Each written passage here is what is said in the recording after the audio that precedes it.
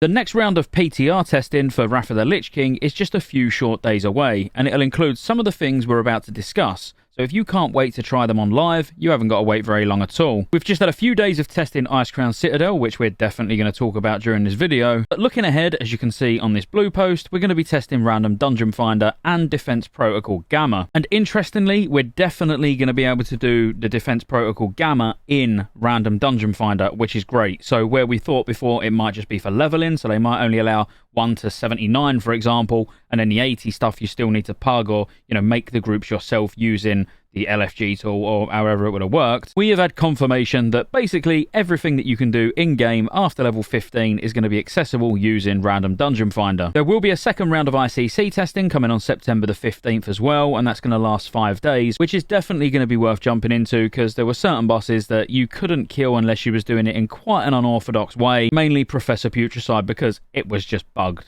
As I said, later on in the video, we will get into Icecrown Citadel, my general thoughts on it, and thoughts on the difficulty. But first, let's look at some things you should be excited about when it comes to Phase 4. First of all, we're going to be getting Titan Rune Gamma dungeons, and whilst we don't know exactly how that's going to look, when they're available for testing in the next few days, I'll definitely report back. It makes sense that the loot we're going to get from these dungeons is going to be TOC 10-man gear. And I said TOC, not TOGC, so it's likely to be just 10-man normal gear, being 232i level, which, let's face it, getting 232i level from a 5-man is still pretty good. What leads on nicely from the Titan Rune Gamma dungeons is the new essences that are going to be available. So where we had Sidereal Essence in the last phase, we've now got Defiler's Scourge Stones instead. Now the vendor's quite interesting because you can trade down the Defiler's Scourge Stones for a Sidereal Essence on a ratio of 1:1. You can also purchase Primordial Saranites for a cost of 12, and remember, some of these will change, so try not to fixate too much on the price because we saw things even with the Sidereal Essences go through many changes of the actual cost. It's just more interesting what's on the actual vendor itself, because you're also going to be able to get Trophy of the Crusade, so if for some reason you need one of those, that's going to set you back currently 20 Scourge Stones. But all of the loot is just 245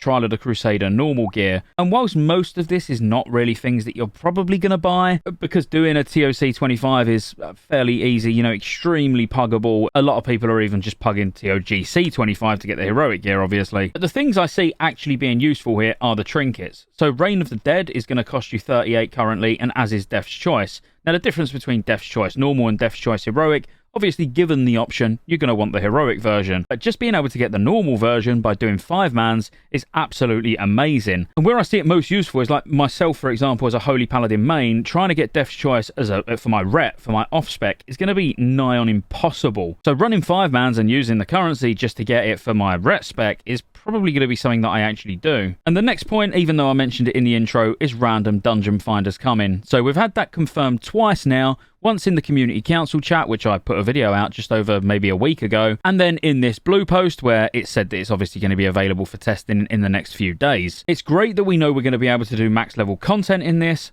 I would really like to see it in its Cata iteration, which is probably highly unlikely. But if you don't know what I'm talking about there, when you use the Cataclysm Random Dungeon Finder, you're not limited to getting the bonus reward only once a day. It's actually on a weekly basis. And I've spoke about this in several videos before, where I actually think this is a great way to have Random Dungeon Finder implemented, because if you miss a day currently, even without Random Dungeon Finder, you're going to miss that daily quest. With Random Dungeon Finder in a 3.3.5 state, if you miss the daily dungeon or the daily heroic, you're going to miss that reward. Whereas with the Cataclysm version, as long as you get your 7 done a week, it doesn't matter if you do them all in one day or spread it out over a few days. Like, it's not something I want to make a big deal over, but I just think, while they're putting Random Dungeon Finder in and having these like Gamma dungeons and stuff like that, where, currency is really important and you're not going to want to miss certain things, having it in a Cataclysm state would actually be the best way. But we'll have to just wait and see about that one. The next thing is the 3 new heroics. Now, I raved about these in a recent video because they are 3 very, very good heroics and they're just a lot of fun. In this blue post here where they was talking about the Gamma dungeons and what's going to actually happen with the 3 new heroics, this is what they said in the developer notes. These 3 dungeons are some of our favourite content from Wrath of the Lich King, and we were concerned that if we added additional mechanics to these dungeons from Defense Protocol Gamma, many players will never get to experience the content in its original Wrath of the Lich King iteration. Most other Wrath of the Lich King dungeons were available in their original form during the first phase of Wrath of the Lich King and had their time to shine before Titan Rune dungeons were introduced in patch 3.4.1. But as these dungeons are only just now becoming available and are themselves a step up in difficulty over normal heroics, we felt it was important to protect the original 2009 experience here. So basically, yes, the dungeons are going to be there, but you'll do heroic and they will actually give gamma rewards. Because in this part of the blue post, they've said by default the heroic version of these dungeons will benefit from the additional rewards from the Titan Room Dungeons Defense Protocol Gamma, but we'll see no additional mechanics or difficulty adjustments as other dungeons are getting in their Defense Protocol Gamma. So as we had Alpha, we had Beta, you'd have a new mechanic added in Alpha and another one added in Beta that normally interacted with the one that was added in Alpha. So I can only assume Gamma is going to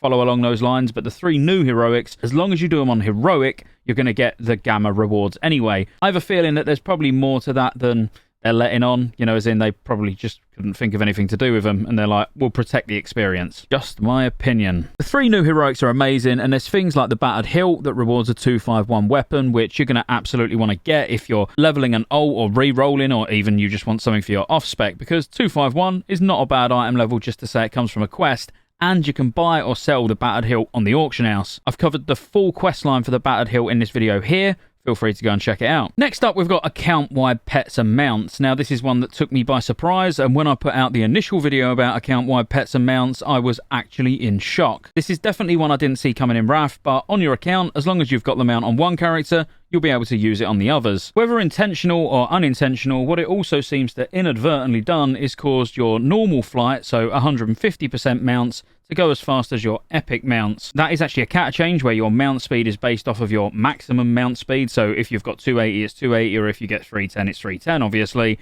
But it looks like that might be happening now. That could just be on the PTR though, and is likely to change. But the good thing is, if you manage to get things like Mim's Head or one of the Drakes from Sarfarian, you can now use them on any of your ults. I was kind of hoping that it would actually change the way that you can mount and fly out of water. But if you're on the surface of the water and try to mount up, it still doesn't work. Although, a little trick with that is if you've got the Festering Emerald Drake, you can still use that to mount in water and fly out. So as well as the account-wide mounts, we've obviously got account-wide pets. I know there's not a great deal you can do with the pets at the moment, other than just collect them. If you was to re-roll, for example, and you've already got some of the pets on your main character from things like world events, at least now you won't feel bad for losing them and you haven't got to do them again. I'm surprised they haven't gone down the account-wide achievements either. I did check, because if you highlight over the achievement that you're looking at, it would ordinarily tell you which character you earned it on if it was account-wide. No such luck. One of my favourite things coming in Phase 4 has got to be this, and it's so basic, but the heirloom tab is absolutely amazing. If you're like me and you just have heirlooms laying around on multiple different accounts on your Battle.net account, and most of the time you struggle finding where they are until you resort to just buying them again, and then obviously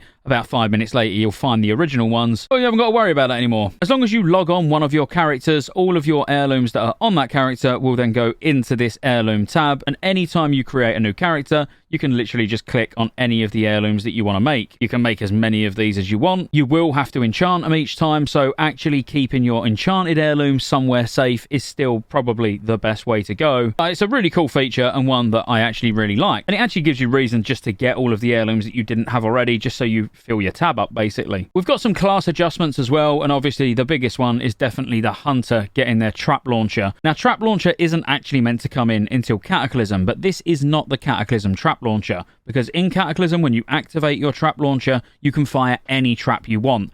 This is purely just for explosive trap. This can be trained at the Hunter class trainer by any spec. It's not usable in PvP, arenas, or battlegrounds. And what Blizzard basically said about it was Hunter DPS tends to fluctuate wildly, depending less on player skill and agency and more on boss positioning, and an element of luck as to whether or not certain bosses consistently trigger traps. With this change, we hope to make it slightly easier to position traps in a position where they will detonate, without impacting a hunter's performance in PvP. Now, as someone who plays a hunter pretty much every week in TOGC 25, I can actually say that this is a welcomed change. A couple of others which will really please particularly the Resto Druids out there, but Wild Growth for Resto Druids, Circle of Healing for Priests, Ancestral Healing for Shamans, and Divine Hymn, also for Priests, have been adjusted to favour players over pets. With this adjustment, these smart heal spells will still attempt to heal pets that are dangerously low on health, but in general, this spell will favour players that are missing health first. Now, I know this is one that the Resto Druid community have been crying out about for ages, because Their wild growth normally going on pets can just be extremely annoying. Warlocks will be really happy as well now because the internal cooldown of Demonic Pact has been reduced from 5 seconds to 1 second. Demonic Pact will always be 10% of the Warlock's spell power, and a big one that I've seen Warlocks crying out about for ages, Infernal's cooldown will now reset on encounter and events, similar to other long cooldowns in Wrath Classic. So the Infernal still has a 10-minute cooldown, but much like all of the other big DPS cooldowns that people use, if you wipe or you kill a boss, it's going to be ready for the next fight. So now you can use it on every fight. You won't have to make decisions on what bosses you do use it on and what bosses you don't. Before I talk about ICC, many of you will be expecting Joyous Journeys very, very soon. And on the basis that Agren put this on Twitter, saying Joyous Journeys does sound pretty good right about now, ... leads me to believe Joyous Journeys is probably going to come this Tuesday for NA and Wednesday for EU.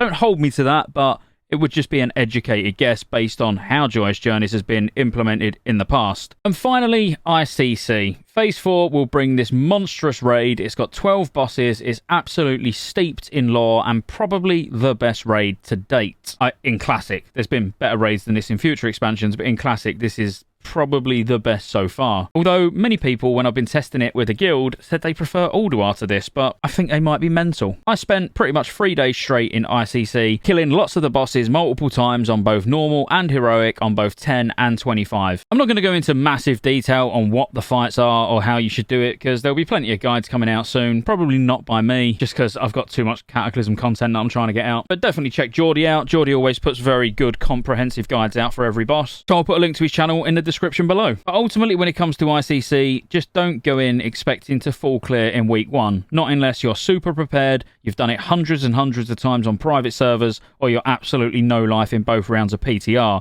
Because realistically, aiming for about 4 bosses in the first week on heroic and the rest on normal would be something that I'd actually be satisfied with if you're only raiding a few hours a night. The easiest bosses, in my opinion, to go for are definitely going to be Marogar, Gunship, wow, funny joke, Rotface, Valifria, and probably Festagut. Festagut is a lot more problematic on 25-man than it is 10, but it's still quite simple once you get a hang of the mechanics. Sarfang is one, of course, you do want to get down as quickly as possible, not just because of the tier tokens that it's going to drop, but Deathbringer's Will is going to be huge for any Feral Druid that gets it, because Feral Druid Prio, forget everyone else. But like I say, it's a very tight DPS check, very tight healer check. Your range cannot be making mistakes, and you just need to handle the ads really well. There's some that I would avoid even worrying about putting attempts into in the first week. Things like Putricide, Syndragosa, they're going to be very, very difficult for the majority of raids. So getting a bit of gear before you even worry about either of those, that would probably be my advice, especially if you're limited on time. If you're a guild that's going to be raiding for 7-8 hours a night and you can raid 6 nights a week, then obviously do them all, because you will have time to progress and get as many of them done as possible. But if you've only got like a couple of raid nights a week, maybe 3 tops, and you only raid for like 3 hours at a time, there's a lot of bosses that are going to take a lot longer than, let's say, 3 hours to actually learn and be able to execute and kill. So it's about using the time that you have in your raid to the best use, because you absolutely want to be killing Lich King even on normal every week for the big weapons that it drops. So making sure that no matter what happens, you get plenty of time to get the Lich King down, I consider quite important. And that's about it, really. That's everything coming in Phase 4 that I'm excited about personally. Tell me in the comments what you're excited about. Be sure to like and subscribe. If you're not playing Wrath and you're playing Hardcore at the moment, like many people, there's a link in the description to the Rested XP Classic Hardcore Guide. Feel free to pick that up. Obviously, it helps support the channel. And I'll see you on the next one.